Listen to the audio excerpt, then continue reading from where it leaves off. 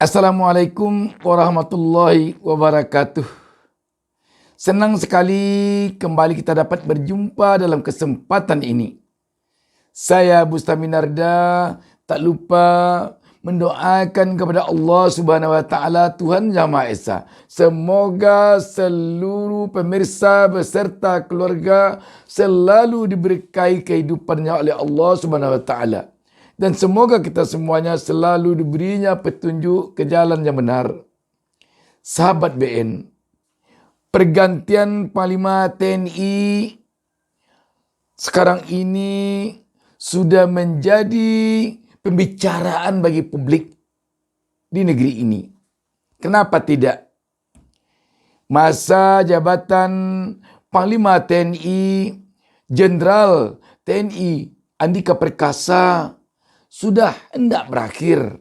Namun sampai saat ini belum lagi ada surat dari Presiden ke DPR yang berisi pengajuan nama calon Panglima TNI. Sehingga DPR, dalam hal ini Ketua DPR RI Puan Maharani, meminta kepada Presiden agar segera bersurat ke DPR RI mengirimkan nama calon pengganti Andika Perkasa. Terlepas dari itu, tentu yang jadi perbincangan di tengah-tengah publik adalah siapa kira-kira yang akan menggantikan Andika Perkasa oleh Presiden RI Joko Widodo. Dan dari matra manakah pengganti Andi Perkasa oleh Joko Widodo? Apakah dari matra Angkatan Laut? Apakah juga akan berasal dari Angkatan Darat seperti sekarang? Ataukah dari Angkatan Udara? Ini yang jadi perbincangan tentunya di tengah-tengah publik sekarang ini. Kenapa ini jadi perbincangan di tengah-tengah publik? Karena semenjak era reformasi terjadi perubahan terhadap pergantian Panglima TNI di negara ini. Kalau di era Orde Baru, itu kita melihat Panglima TNI sepertinya adalah miliknya atau jatahnya Angkatan Darat. Tetapi semenjak era reformasi, kita telah melihat Panglima TNI ini ada pergantiannya. Angkatan Darat, Angkatan Laut, dan Angkatan Udara. Dan memang giliran pergantian itu memang sesuai dengan undang-undang.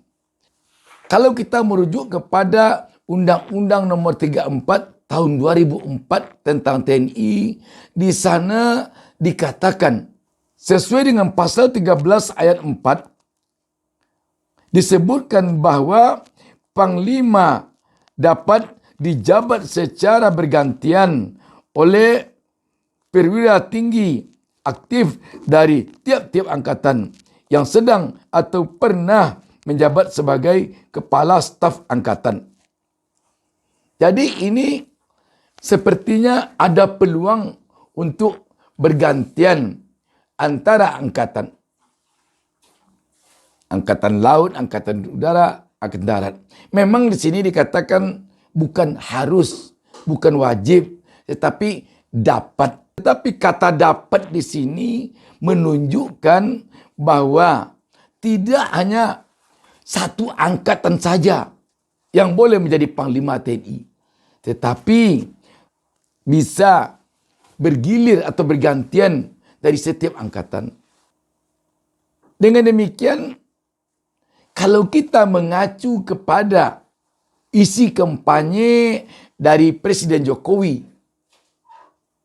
tahun 2019 lalu yang mengatakan akan mengedepankan poros maritim, jelas untuk yang akan menggantikan Andika Perkasa yang sekarang ini dari Angkatan Darat dan yang sebelumnya dari Angkatan Udara, sudah seyogyanya lah sekarang ini yang akan menduduki jabatan Panglima TNI dari Angkatan Laut. Oh, kalau dikatakan ini kan kata-katanya dapat bisa darat-darat aja terus. Memang demikian. Tetapi tentu apabila kita mengacu kepada isi kampanye dari Pak Jokowi ketika Pilpres dulu yang akan memberikan perhatian lebih kepada poros maritim, tentu alangkah baiknya jika apa yang dikatakannya dalam kampanye itu diwujudkannya atau diimplementasikannya dalam pengangkatan Panglima TNI. Dan untuk diketahui, semenjak Jokowi menjadi presiden, belum sekalipun pernah Angkatan Laut menjadi panglima. Yang seharusnya dulu setelah Hadi Cahyanto menjadi panglima, gilirannya adalah Angkatan Laut lagi. Sebab sebelum Hadi Cahyanto adalah Angkatan Darat. Tetapi ternyata pada Angkatan Darat diberikan pada Pak Andika Perkasa dengan alasan tentu saja bisa dikatakan dia yang paling senior, kan alasan. Tetapi andai kata sekarang masih Angkatan Darat juga, tentu publik akan bertanya di mana letaknya janji kampanye Pak Jokowi dulu yang mengatakan akan mengedepankan poros maritim. Malah Indonesia akan dijadikan poros maritim dunia. Masa jabatan Pak Jokowi tinggal hanya 2 tahun lagi. Dan selama dia menjadi presiden, sudah sekian tahun lamanya, belum pernah kebagian Angkatan Laut. Giliran pergantian kepimpinan di tubuh TNI ini yang ada peluangnya sesuai undang-undang Angkatan Laut, Angkatan Darat, Angkatan Udara.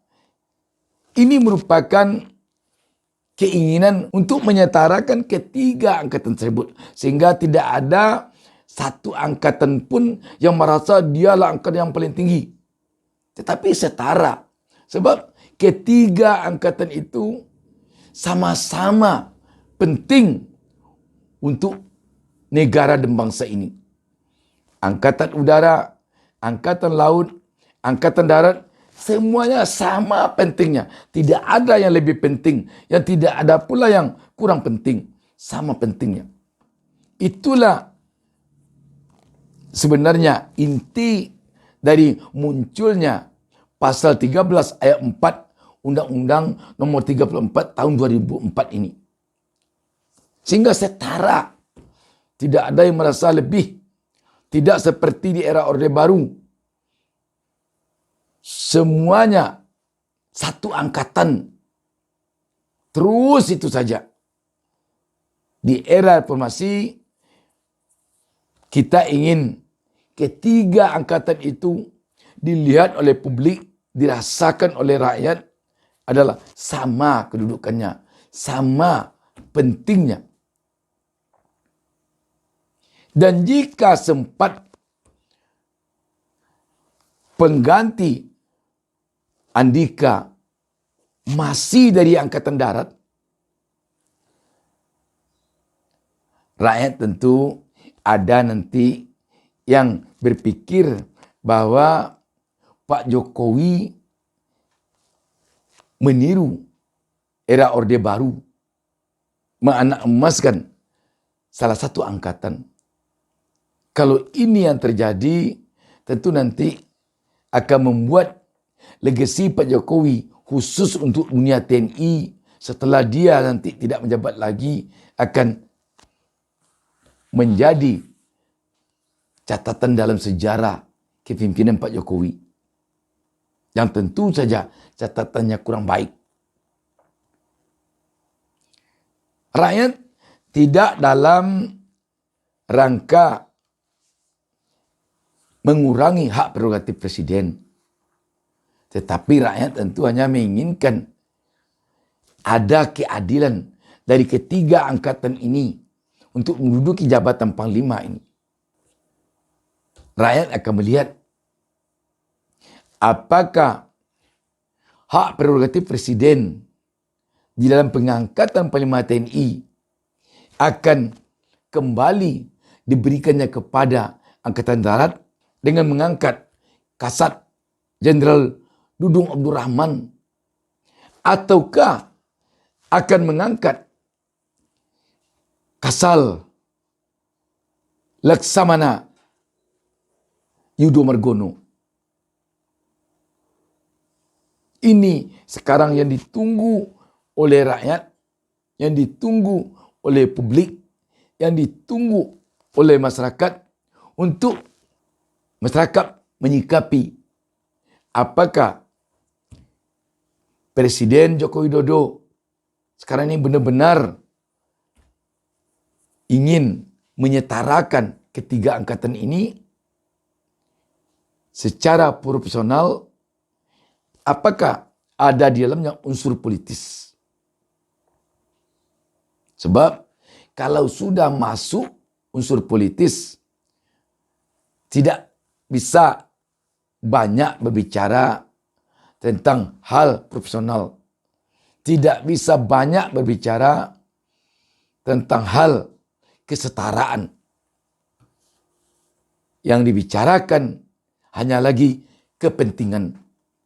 Mungkin saja kepentingan kedekatan dengan berbagai pihak yang mungkin saja perlu bagi Pak Jokowi, pihak-pihak tersebut, baik untuk dia ke depan setelah nanti tidak lagi menjadi presiden, ataupun selama ini yang telah memenuhi kepentingannya secara politis.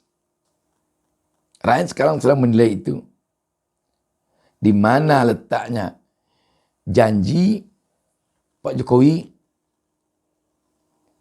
akan memberikan perhatian penuh kepada poros maritim, kepada laut kita. Demikian, wassalamualaikum warahmatullahi wabarakatuh. Jangan lupa subscribe. Jangan lupa subscribe.